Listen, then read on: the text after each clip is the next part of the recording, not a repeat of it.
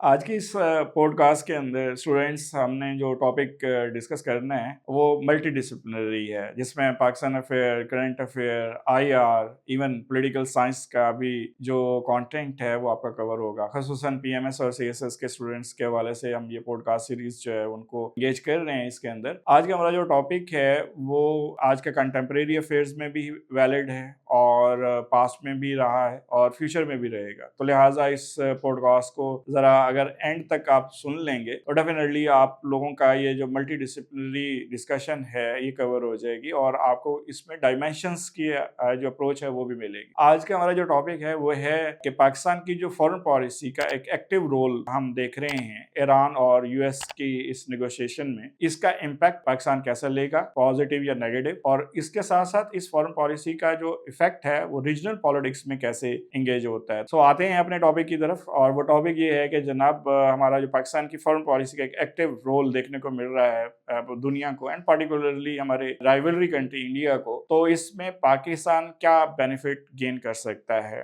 For the long term and for the short term. इसके लिए हमें रीजनल पॉलिटिक्स के पॉइंट ऑफ व्यू से बहुत सारी चीजों को देखना पड़ेगा। पहले तो हम ये देख लेते हैं ज्योग्राफिकली पाकिस्तान की लोकेशन और जो स्ट्रेटेजिकली और ईरान के परस्पेक्टिव से कि ईरान के ज्योग्राफिक कंसर्न किस तरह से मिलते हैं। पाकिस्तान और ईरान दोनों नेबरिंग कंट्रीज तो हैं ही, लेकिन इसके अलावा इनकी जो रीजनल पॉलिटिक्स है वो ओवरलैप करती है। फॉर एग्जांपल ईरान के साथ लैंड बेस अगर हम नेबरिंग कंट्रीज को देखें तो 7 बनते हैं और वो 7 कंट्रीज का एक अपना रीजनल पॉलिटिक्स है। फॉर एग्जांपल ईरान के वेस्ट में टर्की और इराक का बॉर्डर शेयर होता है और ये ईरान बजाते खुद और ये दोनों कंट्रीज जो हैं वो मिडिल ईस्टर्न पॉलिटिक्स में एक्टिवली रोल प्ले कर रहे हैं इस टाइम। अब ऐसा अगर हम इसको इंगेज करें इस सूरत हाल को, तो इसका मतलब है कि मिडिल ईस्टर्न पॉलिटिक्स तो इस पूरे ये कॉन्फ्लिक्ट के अंदर या पूरे इवेंट्स के अंदर हमें मौजूद नजर आती है। अच्छा, दूसरा जो आता है टर्की के साथ और ईरान का जो नेबरिंग कंट्री है वो है आज़रबाईजान और आर्मीनिया। आज़रबाईजान और आर्मीनिया कैकस कंट्रीज हैं और उनकी पॉलिटिक्स भी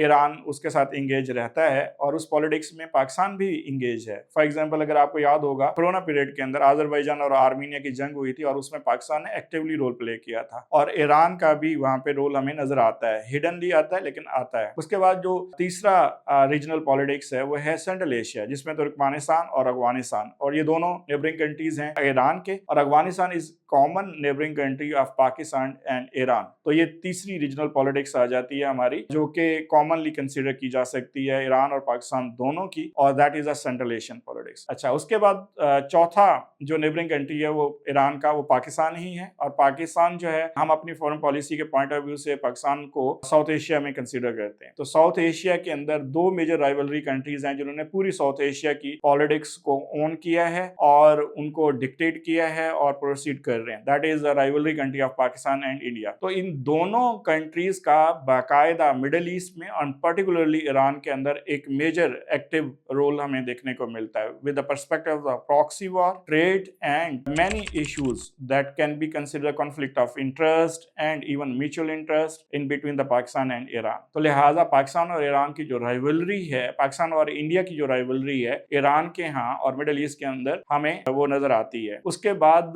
जो पांचवा हमारा रीजन बनता है ईरान के पॉइंट ऑफ व्यू से, वो आता है गल्फ, और उसमें से 2 गल्फ हैं, एक पर्शियन गल्फ है और दूसरा है गल्फ ऑफ ओमान। अब गल्फ ऑफ ओमान जो है वो 3 कंट्रीज शेयर करते हैं, पाकिस्तान, ईरान एंड ओमान, और पर्शियन गल्फ जो है वो जीसीसी कंट्रीज शेयर करते हैं, उसमें से ईरान एक मेजर स्टेक होल्डर के तौर पर सामने आता है। इसी तरह अगर हम इस गल्फ को देखें तो इस गल्फ का पूरा जो पॉलिटिकल पर्सपेक्टिव है वो इंडियन ओशन पॉलिटिक्स बनती है। तो ईरान का रीजनल पॉलिटिक्स के पॉइंट ऑफ व्यू से ईरान की फॉरेन पॉलिसी और ईरान के साथ जितने भी मसले मसाइल चल रहे हैं उनका इम्पैक्ट अगर हम देखें तो that is a very wider edge compare to the any other countries. इसमें हमने बात की मिडिल ईस्ट, हमने बात की कैकस कंट्रीज, इनमें बात की है सेंट्रल एशिया, हमने बात की है साउथ एशिया, और पांचवा जो रीजन है वो है इंडियन ओशन पॉलिटिक्स, और इंडियन ओशन का ये पार्ट बनते हैं gulf of Oman, straight of Hormuz और पर्शियन गल्फ। अब आ जाएं पाकिस्तान की तरफ। पाकिस्तान के भी 5 रीजनल पॉलिटिक्स इंगेज होती है और उसमें जो हम कॉमन फैक्टर देखें तो Iran is a most probably सबसे ज़्यादा कॉमन फैक्टर इंगेज करता है पाकिस्तान की फॉरेन पॉलिसी के साथ और पाकिस्तान की रीजनल पॉलिटिक्स के साथ। उसमें अगर हम देखें तो हमारे वेस्टर्न पार्ट में या वेस्टर्न साइड पे दो कंट्रीज़ हैं, ईरान और अफगानिस्तान। तो Afghanistan is a common territory regional politics के हवाले से, जहाँ पे पाकिस्तान और ईरान दोनों आपस में कॉन्फ्लिक्ट ऑफ इंटरेस्ट में खड़े रहे हैं पास में। लेकिन प्रेजेंट अगर हम सिचुएशन को देखें तो प्रेजेंट सिचुएशन थोड़ी सी चेंज होती हुई नजर आती है। वो आगे चल के हम इसके ऊपर थोड़ा सा डिटेल में डिस्कस करने की कोशिश करते हैं। अब उसके बाद आते हैं ईरान के पॉइंट ऑफ व्यू से। तो ईरान और पाकिस्तान उन दोनों का तो अब कॉमन इंटरेस्ट हमारे सामने आ ही गया, that is the middle eastern politics. और इस मिडल ईस्ट के अंदर दो ब्लॉक आपको बनते हुए नजर आएंगे फ्यूचर में। हो सकता है ये मेरी बात अभी आप में से कुछ लोगों को हजम ना हो या आप अब्जॉर्ब ना कर पाए, लेकिन time will tell us that के इसको हम किस तरह से एलेबोरेट कर रहे हैं और ये कितना ठीक साबित हो सकता है या कितना गलत साबित हो सकता है। बिकॉज आईआर के स्टूडेंट के नाते हम सिर्फ इसके बारे में प्रिडिक्ट कर सकते हैं कि ऐसा पॉसिबल हो सकता है। अल्टरनेट अगर ऐसा नहीं होता तो फिर अल्टरनेट ऑप्शंस क्या होगी उसके ऊपर भी हम बात कर लेते हैं। अब इस सेंस में मिडिल ईस्ट में जैसे मैंने आपको कहा कि सिर्फ purely middle eastern regional politics के पॉइंट ऑफ व्यू से हम अगर बात करें तो उसमें दो ब्लॉक आपको नजर आएंगे। एक आएगा इंडिया, यूएई एंड इजराइल, जो कि इस वक्त मिडिल ईस्ट के अंदर पर्टिकुलरली ईरान के साथ जो प्रॉब्लम चल रहे हैं उसमें बड़े एक्टिवली इंगेज हैं। दूसरा हमारे पास आएगा पाकिस्तान, सऊदी अरेबिया और तीसरा जो है वो ईरान। ये तीन कंट्रीज दूसरा ब्लॉक बनाएंगे। और अगर आप लोगों ने प्रॉक्सी वार को पढ़ा है, अच्छे से पढ़ा है, तो आपको पता होना चाहिए कि प्रॉक्सी वार के अंदर हमेशा ब्लॉक पॉलिटिक्स जो है इनडायरेक्टली इंगेज रहती है किसी भी रीजन के अंदर। उसमें प्रॉक्सी वार को कोई ना कोई कंट्री होस्ट कर रहा होता है। अब यहाँ पे देखना ये कि मिडिल ईस्ट के अंदर जो प्रॉक्सी वार इंगेज होगी इन नियर फ्यूचर और फॉर फ्यूचर, उसमें कौन सा कंट्री विक्टिम बनेगा और कौन कौन से कंट्रीज ऐसे होंगे जो इसमें बाकायदा प्लानर के तौर पर एक्टिवली रोल प्ले कर सकते हैं। और इसमें प्रॉक्सी वार में हमेशा वो कंट्रीज ज्यादा डोमिनेंट रहते हैं जिनकी इंटेलिजेंस एजेंसीज बहुत ताकतवर होती हैं। और इसमें अगर हम देखें तो पाकिस्तान और इंडिया ये दोनों एक्टिवली रोल प्ले करेंगे on the behalf of their own intelligence agencies comparatively. तो ईरान और पाकिस्तान का ये जो कॉमन फैक्टर है मिडिल ईस्टर्न पॉलिटिक्स, इसमें जैसे मैंने आपको बताया ब्लॉक पॉलिटिक्स जो है वो स्टार्ट हो चुकी है और इसमें दो ब्लॉक इंगेज हो गए हैं।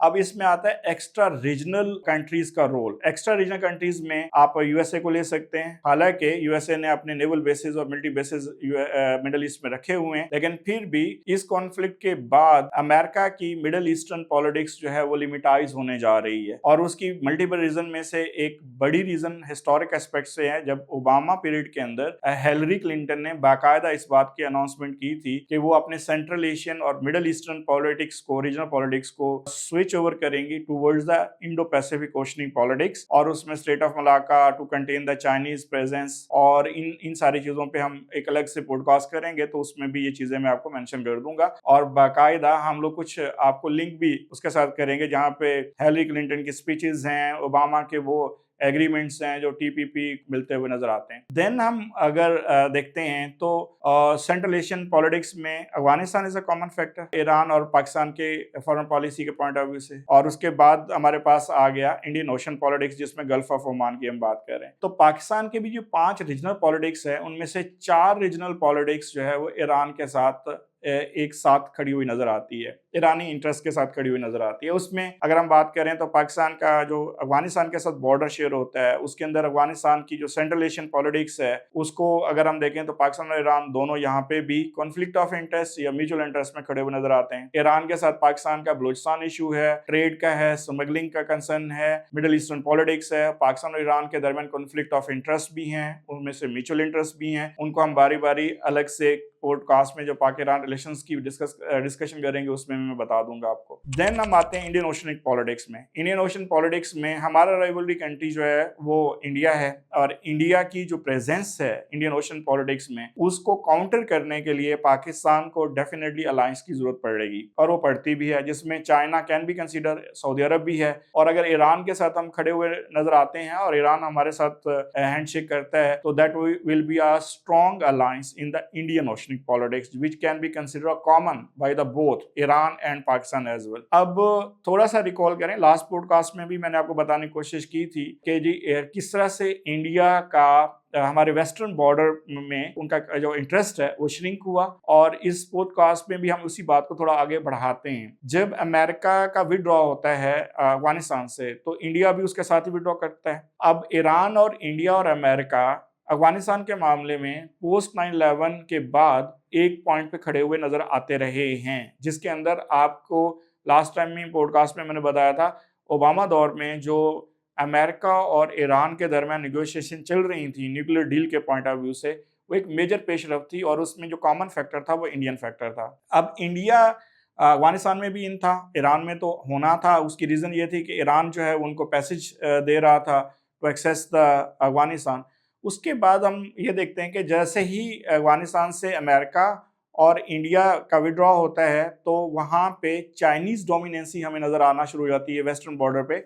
तालिबान के साथ भी चाइनीज़ हैंडशेक करते हैं, हमारा तो उनके साथ ऑलरेडी चल रहा था एक प्यार मोहब्बत का रिश्ता with the perspective of the Talibanization, आप उसको कोई भी नाम दे सकते हैं। उसके बाद हुआ क्या कि ईरान के अंदर जब चाइनीज़ ने स्टेप इन किया ट्रेड के पॉइंट ऑफ व्यू से, और उनके ट्रेड एग्रीमेंट हुए जो $400 बिलियन के थे, तो वहाँ पे भी इंडिया का जो इंटरेस्ट है वो स्क्वीज होता चला गया, और वहाँ पे इंडिया कंप्लीटली विड्रॉ कर गया। अब हमारा वेस्टर्न बॉर्डर जो है वो नेचुरली सिक्योर होता चला गया। तो हम लोग स्ट्रेटेजिक डेप्थ डॉक्ट्राइन जो 1960 से एक राग अलाप रहे थे कि हम एक फ्रेंडली एटमॉस्फेयर के तहत अपना वेस्टर्न बॉर्डर सिक्योर करेंगे, वो नेचुरली हमारे पास होता चला आ गया। लेकिन उसके बाद ईरानियों का हमारे साथ कन्फ्लिक्ट ऑफ इंटरेस्ट ऐसे थे जो दोनों कंट्रीज इग्नोर नहीं कर रहे थे। उसमें हम बात कर सकते हैं बलूचिस्तान का इशू, इंडिया का कुलभूषण यादव नेटवर्क का इशू, चाबार के अंदर इंडिया की प्रेजेंस, इंडिया और ईरान के क्लोजनेस, ये ऐसे फैक्टर्स है जहाँ पे हम लोग प्रॉब्लमेटिक हो रहे थे। अब हुआ ये कि जैसे ही इंडिया और ईरान और इजराइल और यूएस का कॉन्फ्लिक्ट सामने नज़र आता है, तो इंडिया ने यहाँ पे अपनी फॉरेन पॉलिसी की सबसे भयानक गलती मैं कहूँगा जो की है, क्योंकि इंडिया ने सो फॉर जो फॉरेन पॉलिसी अडॉप्ट की हुई थी सिंस 1947 से लेकर 2001 तक, that was very successful in the favour of the Indian interest, और वो जवाहरलाल नेहरू के स्टेप को फॉलो कर रहे थे और नॉन अलाइन मूवमेंट को इंगेज कर रहे थे, हमेशा बैलेंस फॉरेन पॉलिसी के साथ चल रहे थे। तो मोदी साहब ने उस बैलेंस फॉरेन पॉलिसी का तैया पांचा कर दिया। नतीजा क्या निकला कि इंडिया जो है वन साइडेड अप्रोच अडॉप्ट करता चला गया इसराइल के साथ। अब यहाँ पे अगेन एक मैस क्रिएट हुआ है with the concern of the countries, वो हम सेग्रीगेट करने की कोशिश करेंगे। खसूसन जब इंडिया ने पाकिस्तान के ऊपर अटैक किया ऑपरेशन संदूर में, तो उस वक्त इजरायली उनके साथ खड़े थे। अब इजरायलियों का साथ देने के लिए इंडिया जो है वो डेफिनेटली ईरान के अगेंस्ट चला गया। अब ईरान और इंडिया के दरमियान जितने भी एग्रीमेंट्स थे वो ग्रेजुअली प्रॉब्लमेटिक होते चले गए और ऑटोमेटिकली कॉन्फ्लिक्ट ऑफ इंटरेस्ट में इंगेज होते चले गए। अब यहाँ पे जो तीसरा एक मुल्क की एंट्री होती है वो है यूएई की। अब यूएई किस तरह से इजराइल और इंडिया के साथ एक साथ खड़े हुए नजर आए, क्योंकि यूएई का प्रॉब्लम चल रहा था हमारे ट्रेड पर्सपेक्टिव से, और वो था सी पैक। क्योंकि ग्वादर पोर्ट जो है वो एक डीप सी पोर्ट थी, और इस पूरे एरिया में अगर हम बात करें तो ग्वादर से पहले दुबई सी पोर्ट डीप सी पोर्ट थी, जिसका वो बेनिफिट उठा रहे थे एक फ्री ट्रेड के पॉइंट ऑफ व्यू से। लेकिन जब ग्वादर को फंक्शनल किया गया, डीप सी पोर्ट के तौर पर इंट्रोड्यूस करवाया गया, और ग्वादर ने एट ए टाइम दो कंट्रीज को इकोनॉमिकली प्रॉब्लमेटिक किया। उनमें से एक तो यूएई था, that was considering a fair factor था फ्यूचर में कि हो सकता है कि 70% दुबई का जो बिजनेस है as a free trade port वो ग्वादर में शिफ्ट हो सकता है। उसकी बड़ी रीज़न ग्वादर का और दुबई का कंपैरिजन करें तो ग्वादर को सबसे बड़ा एज है कि ग्वादर के रास्ते में कोई चोक पॉइंट नहीं आता, वहाँ पे दुनिया इजीली एक्सेस कर सकती है। फिर दूसरा बड़ा एज है Chinese presence over the Gwadar. फिर तीसरा बड़ा एज है कि अगर हम उससे फ्री ट्रेड कर लेते हैं तो उससे हम सेंट्रल एशिया को एक एक्सेस दे सकते हैं, जो कि सेंट्रल एशिया इस वक्त लैंडलॉक अप्रोच के साथ खड़ा है और इसको कैश कर रहे हैं दो मेजर कंट्रीज टर्की और ईरान। तो लिहाजा ईरान का ये लॉस हो रहा था कि अगर हम ग्वादर के थ्रू सेंट्रल एशिया को कनेक्ट करते हैं तो ऐसी सूरत हाल में क्या होगा कि ईरान का वो जो रेवेन्यू जनरेट हो रहा है एज अ ट्रेड कॉरिडोर, वो रिड्यूस हो सकता है। दुबई का क्या हो सकता है कि उनकी जो फ्री ट्रेड पोर्ट है वो स्विच ओवर कर जाएगी ग्वादर पे। अब ये दो इकोनॉमिक ऐसे एस्पेक्ट्स थे जो पर्टिकुलरली यूएई को पाकिस्तान के खिलाफ करते चले गए। फिर यूएई ने जो स्पेस दी इसराइल को और इंडिया को, पर्टिकुलरली इंडिया को space the with the two aspects. एक तो इंडिया के साथ उनके जो ट्रेड एग्रीमेंट्स रहे, दूसरा उनका जो कॉरिडोर था India middle east economic corridor, जो कि इंडिया अंडर द सी जो है वो एक रेलवे कनेक्शन करना चाह रहा है यूए के साथ, और वो आगे Israel through the Saudi Arab Israel तक एक्सेस करेगा, और इसराइल से आगे जनाब वो मेडिटेरेनियन सी से होता हुआ यूरोप तक एक्सेस करेगा। That was a parallel corridor जो कि India on the behalf of the America and Israel इस यहाँ पे इंगेज करना चाह रहा था। तो यहाँ पे जो अलायंस हैं वो नेचुरली पोलराइज्ड होते चले गए इन सच अ वे दैट के जी इंडिया ईरान के सामने खुल के सामने आ गया। अब ईरान को जब ये सामने चीज़ें नज़र आती हुई नज़र आई, तो ईरान के इस मुश्किल वक्त में डेफिनेटली पाकिस्तान ने इस वक्त को कैश किया। उसमें दो मेजर फैक्टर्स थे जिसकी वजह से पाकिस्तान को स्टेप इन करना पड़ा। एक तो इजरायली फैक्टर, क्योंकि इसराइल इंडिया के थ्रू पाकिस्तान को टफ टाइम दे रहा था। अब इसराइल को जो टफ टाइम इस मिडल ईस्ट में मिल रहा है वो ईरान के थ्रू मिल रहा है, तो पाकिस्तान ईरान का एक नेचुरल जो फैक्टर है ऑफ अलायंस है वो यहाँ पे मौजूद होता चला गया, और पाकिस्तान और ईरान ने मिल के इसराइल को टफ टाइम देने का एक प्लान बनाया। वो अलग बात है कि पाकिस्तान ओपनली आया या हिडनली आया, इसके ऊपर हम अगेन जो है वो डिफरेंट एक पॉडकास्ट में बात कर सकते हैं। अच्छा, अब इससे ज़रा आगे चलते हैं तो यहाँ पे इस मीन वाइल पाकिस्तान और सऊदी अरब का एक डिफेंस एग्रीमेंट सामने आ जाता है, और इसके अलावा अमेरिकन प्रेजेंस मिडल ईस्ट के अंदर एक क्वेश्चन मार्क पे चली जाती है, जिसपे Qatar, UAE and you know that Bahrain और उसके बाद सऊदी अरब, इन सब ने जो अपने एयर बेसिस दिए और इनके अलावा मिलिट्री बेसिस दिए, वो निशाना बने ईरान के, और ईरान ने साथ साथ एक्सक्यूज भी किया और ये भी बताया कि आपकी टेरिटरी हमारे खिलाफ यूज हो रही है, तो हमारी जो सॉवरेनिटी का एक सिक्योर करने का हक है, हम उसको यूटिलाइज करते हुए आपके ऊपर नहीं, आपकी दी गई जगह जो अमेरिका को आपने दी है, हम उसके ऊपर अटैक कर रहे हैं। तो ये किसी हद तक वैलिड एक और अब्जॉर्बेबल लॉजिक भी बन रही थी। ड्यू टू दिस रीजन अगर आप देखें तो किसी भी मिडल ईस्टर्न कंट्रीज ने बाउंस बैक नहीं किया, काउंटर अटैक नहीं किया। They are going to absorb all these attacks, लेकिन उसके साथ जो सबसे ज्यादा नुकसान हुआ वो हुआ यूएई को, और यूएई की टूरिज्म खत्म हो गई, उनका ट्रेड पर्सपेक्टिव जो है वो लिमिटाइज हो गया। अब इस पूरे एपिसोड के बाद जो सबसे ज्यादा प्रॉब्लमेटिक होने जा रहा है कंट्री वो है UAE. Due to this reason UAE के पास दो ऑप्शन होगी, या तो वो एग्रेसिवली सामने आएगा या वो डिफेंसिवली सामने आएगा। अगर वो एग्रेसिवली सामने आता है तो उसको क्या करना पड़ेगा, एक तो मिडल ईस्टर्न जो अलायंस है इटसेल्फ जीसीसी वाला, उससे वो बाहर निकलेगा, सऊदी अरब को सेट असाइड करेगा, और जो कि ऑलरेडी वो सऊदी अरब के अगेंस्ट नॉर्थ अफ्रीका और इवन अरेबियन पेनिनसुला पे सऊदी अरब के इंटरेस्ट के अगेंस्ट खड़ा है, जिसके अंदर यमन के अंदर अगर हम बात करें, सोमालिया के अंदर बात करें, नॉर्थ अफ्रीका में सूडान की अगर बात करें, तो वहाँ पे यूएई हमें सऊदी इंटरेस्ट के अगेंस्ट खड़ा हुआ नजर आता है। और इस सेंस में ये जो फैक्टर है सऊदी यूएई के दरमियान कॉन्फ्लिक्ट ऑफ इंटरेस्ट, ये सऊदी अरब को ईरान के मजीद करीब कर सकता है। और अब यहाँ पे अगर अमेरिका के हाथ से ये गेम जाती है तो पाकिस्तान इसको डबल कैश करेगा with the perspective of the defence, और उसके अलावा रीजनल पॉलिटिक्स के पॉइंट ऑफ व्यू से आप एक नया अलायंस आपको नजर आ सकता है, जिसमें Saudi Arab, Pakistan and Iran एक पॉइंट पे खड़े होंगे, इंडिया, इजराइल और यूएई दूसरे पॉइंट पे खड़े होंगे।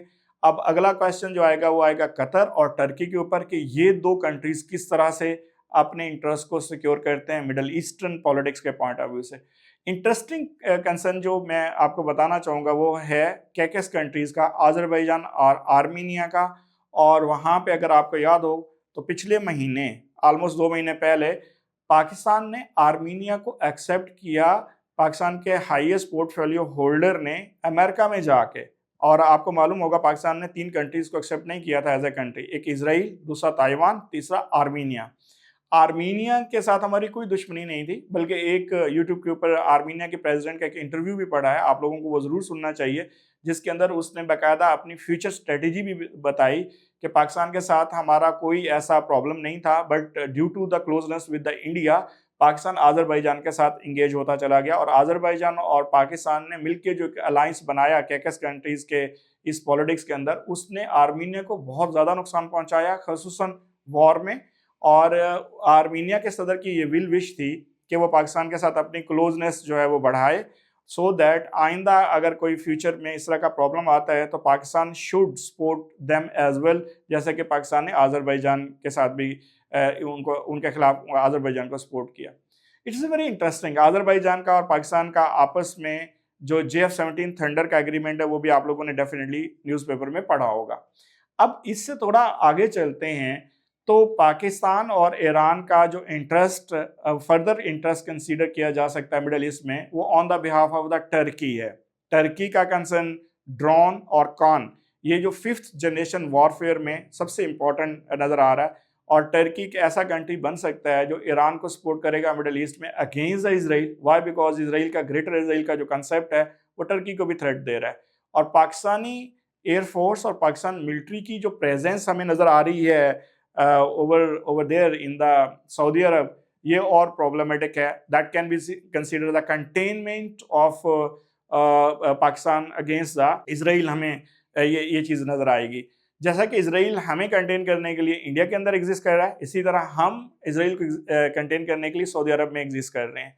अब ये जो चेस गेम है हमारी पॉलिटिक्स की, ये बड़ी इंटरेस्टिंग बनने जा रही है। अब इसको थोड़ा सा सम अप कर रहे हैं, क्योंकि मैंने आपको बताया कि पाकिस्तान और ईरान के जो कॉमन इंटरेस्ट हैं in the different regional politics में वो क्या क्या हैं।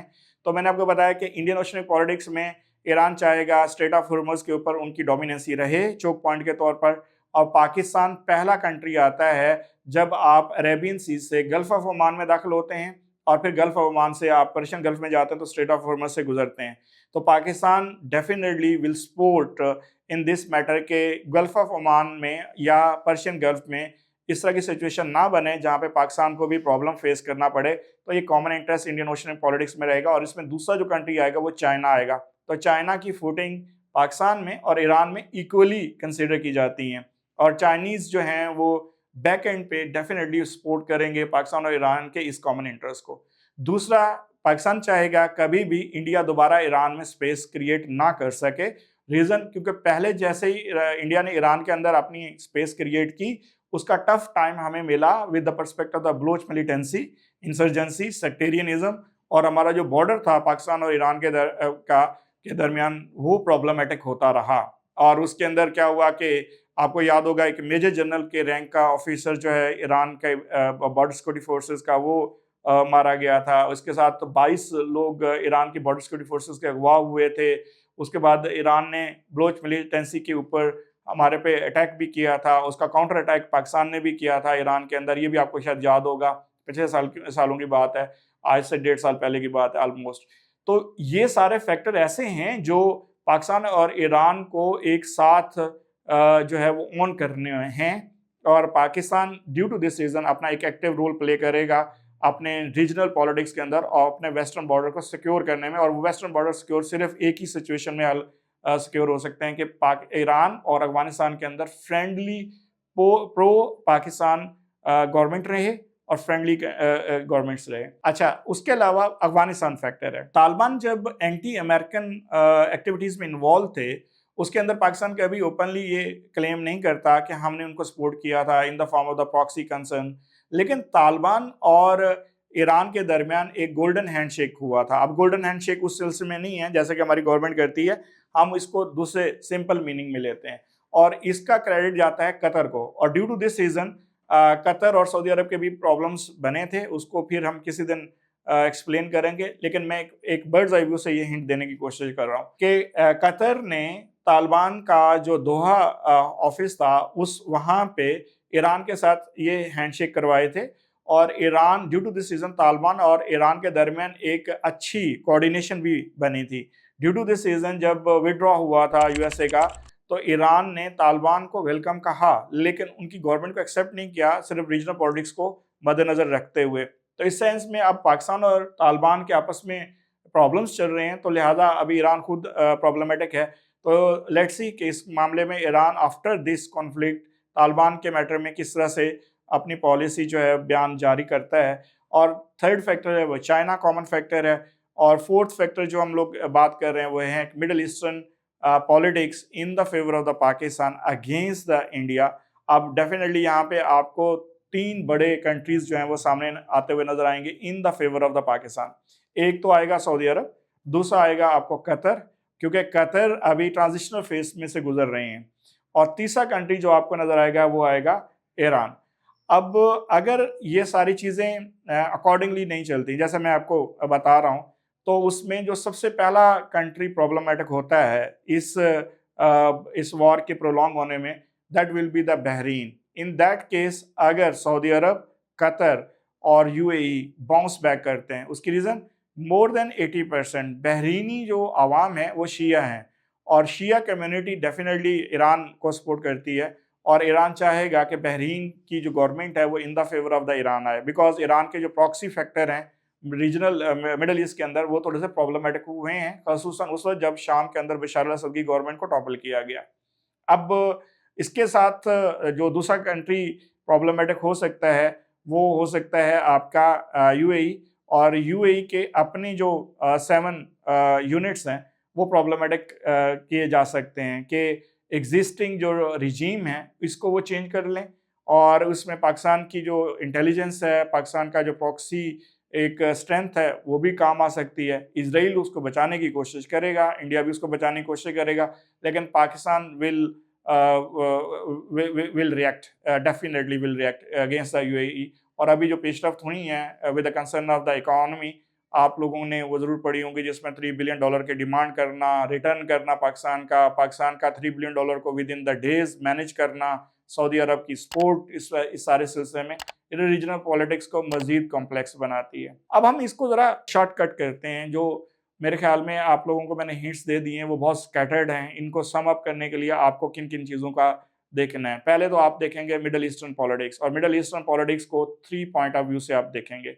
एक तो सऊदी लेड जो मिडल ईस्टर्न पॉलिटिक्स है वो कैसे एक्ट करती है, दूसरा ईरान का रोल, तीसरा इजराइल का रोल मिडल ईस्ट में। तो अगर आप इन तीन को देख लेते हैं तो आपके मिडल ईस्टर्न पॉलिटिक्स जो है वो किसी हद तक समझ आ जाएगी।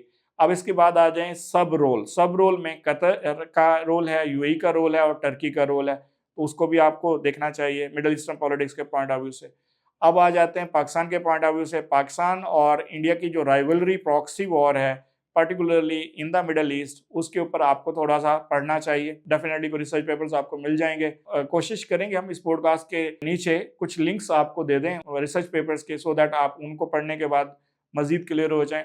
और पाकिस्तान और इंडिया की जो प्रॉक्सी वार मिडल ईस्ट में चल रही है वो इकोनॉमिक प्रॉक्सी वार है, और इकोनॉमिक प्रॉक्सी वार में ये है कि पाकिस्तान इकोनॉमिकली कितना बेनिफिट लेता है मिडल ईस्ट से, और उससे इंडिया कितना बेनिफिट लेता है। वाई? बिकॉज हमारी मैन पावर मिडल ईस्ट के अंदर 3 मेजर कंट्रीज की, साउथ एशियन कंट्रीज की वहाँ पे एग्जिस्ट करती है। पाकिस्तानी हैं, इंडियंस हैं और बंगाली हैं।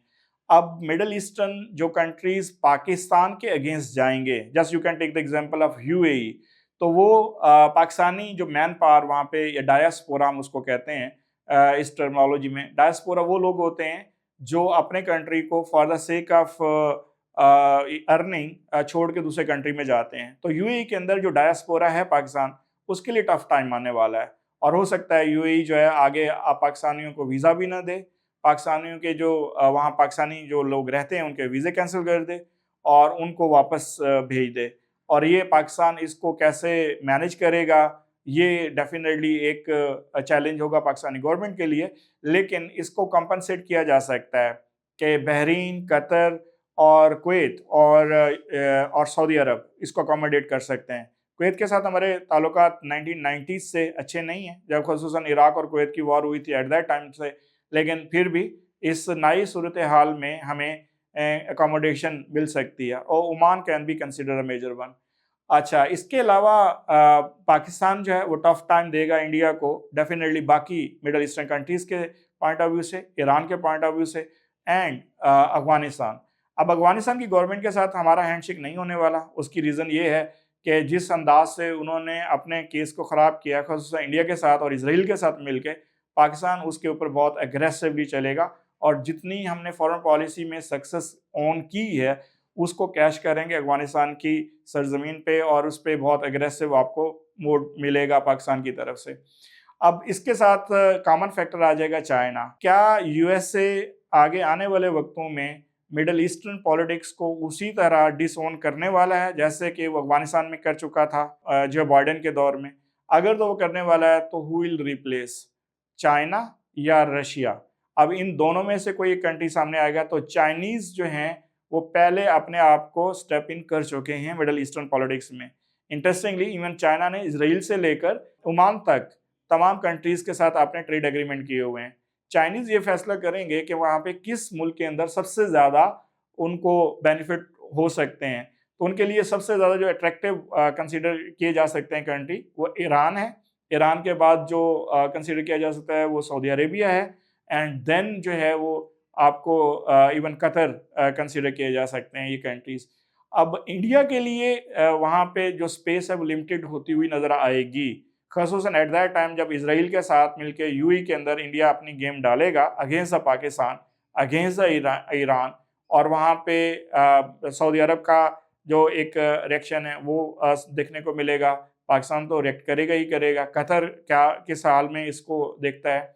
और अगला जो फैक्टर है वो है टर्की, बिकॉज़ टर्की का इस इवेंट से पहले एंटी सऊदी स्टांस रहा है। अब पाकिस्तान इन सारे पॉइंट्स की बेस पे इन तमाम कंट्रीज़ को किस तरह से एक प्लेटफ़ॉर्म पे इकट्ठा कर सकता है, ये पाकिस्तान का एक लीडिंग रोल हमें नज़र आएगा आने वाले वक़्तों में एंड इस सारे को अगर हम सम अप करें, तो हमें इस सारे रीजन में रीजनल पॉलिटिक्स को भी देखना है और एक्स्ट्रा रीजनल पॉलिटिक्स में। एक्स्ट्रा रीजनल पॉलिटिक्स में 3 कंट्रीज़ हमारे सामने आएँगे, चाइना, रशिया और अमेरिका और रीजनल पॉलिटिक्स में हमें पाकिस्तान और इंडिया तो नज़र आएँगे। अब इंडिया क्या रीजनल है, एक्स्ट्रा रीजनल है? पाकिस्तान के पॉइंट ऑफ व्यू से ये रीजनल है, लेकिन middle eastern point of view से ये एक्स्ट्रा रीजनल है। लेकिन अगर हम इन पॉइंट ऑफ व्यू को मिलाएँ, तो हमें पता चलता है कि जितने इंडियन डायस्पोरा मिडल ईस्ट में है, तो India can be consider a part of the game as it is. अब देखना ये है कि ईरान इस मामले में क्या रिएक्ट करता है। अगर नेगोशिएशन कामयाब होती हैं, तब हमारे पास क्या बेनिफिट मिलेगा और नेगोशिएशन अगर फेल होती हैं, तब हमारा क्या नुकसान हो सकता है और क्या बेनिफिट हो सकता है। In both cases Pakistan will be at upper stage और उसकी रीज़न ये है कि पाकिस्तान इस वक्त सो फार जितने भी कैश कर सकता था अपने फॉरेन पॉलिसी के बेनिफिट्स, वो मेरे ख्याल में एक पीक पोजीशन पे हैं। हमने सऊदी अरब के साथ डिफेंस एग्रीमेंट कर लिया। हमने ईरान के साथ ये खड़े होके ये बता दिया कि मुश्किल वक़्त में पाकिस्तान से ज़्यादा ईरानियों को कोई सपोर्ट नहीं कर सकता। Qatar on the same page है। बहरीन के अंदर पाकिस्तानी जो लॉ एनफोर्समेंट एजेंसीज़ हैं बहरीनी, उनमें ज़्यादातर पाकिस्तानी काम कर रहे हैं और पाकिस्तान बहरीन की गवर्नमेंट को पाकिस्तानी गवर्नमेंट भी सपोर्ट करती है। ओमान के साथ हमारे अच्छे ताल्लुकात हैं। सिर्फ अकेला एक कंट्री है जिसके साथ हमारे प्रॉब्लम्स हो सकते हैं, दैट इज़ यूएई और यूएई जो है वो ऑब्वियसली इंडिया के साथ खड़ा है, तो उसमें वो हमारा कोई खैर-खा नहीं हो सकता। उसकी बड़ी रीज़निंग में से एक रीज़निंग ये भी है कि पाकिस्तान का जो ग्वादर पोर्ट है वो यूएई की बेनिफिट में नहीं है और यूएई चाहेगा कि सीपैक, बलूचिस्तान इशू ये सारे पाकिस्तान के लिए प्रॉब्लमैटिक रहें। अगर ईरान के अंदर रजीम चेंज हो जाता है, जैसा कि इज़राइल और यूएसए और इंडिया चाह रहा है, फिर पाकिस्तान के लिए बहुत ज़्यादा मसाइल जो है पाकिस्तान को फेस करने पड़ेंगे। सबसे बड़ा मसला बलूचिस्तान का इशू आएगा। दूसरा मसला हमारा जो ईरान के साथ बॉर्डर है वो हॉस्टाइल हो जाएगा। तीसरा बड़ा मसला ये है कि मिडल ईस्टर्न पॉलिटिक्स में पाकिस्तान का इंटरेस्ट कंप्लीटली जो है वो प्रॉब्लमैटिक होगा ईरान के साथ। चौथा बड़ा मसला ये है कि ईरान जो है वो प्रॉब्लमैटिक हो जाएगा इवन सऊदी अरब के लिए भी, कतर के लिए भी, बहरीन के लिए भी और बाकी जो कंट्रीज़ हैं उनके लिए भी। और पाकिस्तान की जो प्रेज़ेंस है क्या-क्या इस कंट्रीज़ में इन द अज़रबैजान, दूसरा जो हमारा कंसर्न है मिडल ईस्टर्न में, तीसरा जो सेंट्रल एशिया में, वो थोड़ा प्रॉब्लमैटिक रहेगा। एक फैक्टर जो यहाँ पे हमने डिस्कस नहीं किया वो है ईसीओ। ईसीओ को हम ओआईसी के पैरेलल देख रहे थे, लेकिन अब इस इवेंट के बाद इसका रिज़ल्ट कुछ भी चलता है, ईसीओ की जो पॉलिटिक्स है वो सऊदी लेड ओआईसी के parallel in the favour of the OIC चलेगी। अब इसमें थोड़ा बहुत देखना पड़ेगा, जैसे सऊदी इस वक़्त ईरानी आज़मीन हज का इस्तकबाल कर रहे हैं, सऊदी अरब में जिस तरह से सॉफ्ट कॉर्नर ईरान के लिए पैदा हो रहा है और ईरानी जिस तरह से सऊदियों को एक्सेप्ट कर रहे हैं, that can be consider a major break through in the near future, in the far future. In that case अगर ईरानी रेजिम एग्जिस्ट करता है, सर्वाइव करता है और पाकिस्तानी इंटरेस्ट इन दोनों कंट्रीज के साथ एक साथ रहता है, तो कॉमन पॉइंट जो है will be get the benefit. तो इस सेंस में हमने मल्टीपल जो रीजनल पॉलिटिक्स हैं वो हमने डिस्कस की हैं। आई होप कि थोड़ा बहुत हिंट्स आपको मिल गया होगा।